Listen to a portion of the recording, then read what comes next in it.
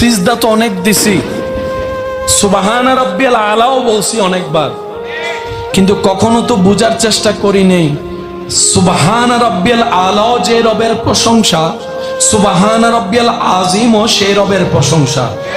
রুকুই কেন আমাদেরকে আজিম বলতে হয়, সিজদায় কেন বলতে হয় আলা?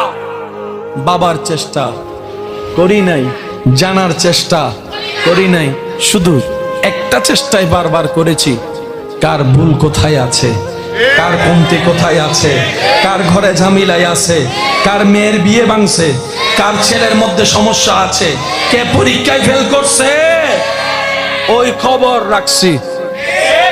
আফসোস আমার জন্য, আমাদের জন্য নিজের খবর রাখতে জানি নাই। কাল হাসরের ময়দানে গিয়ে দেখব আল্লাহ আমাকে আমার সম্পর্কে জিজ্ঞেস করছে, আপনাকে করছে আপনার সম্পর্কে প্রশ্ন। এবার সেই দিন ভাববো আজীবন অন্যের বিষয় খেয়াল রাখতে রাখতে নিজের খাতার মধ্যে অন্যের নাম লিখতে লিখতে, জীবনী লিখতে লিখতে খাতা ফিল আপ করলাম, এখন আইসা বলে যে তোর জীবনী দে, নিজের জীবনী তো লেখেই নাই। আফসোস। সেজন্য আল্লাহ তাআলা কোরআনে বলে ওয়াইলুল্লি কুল্লি হুমাজাতিল লুমাজা।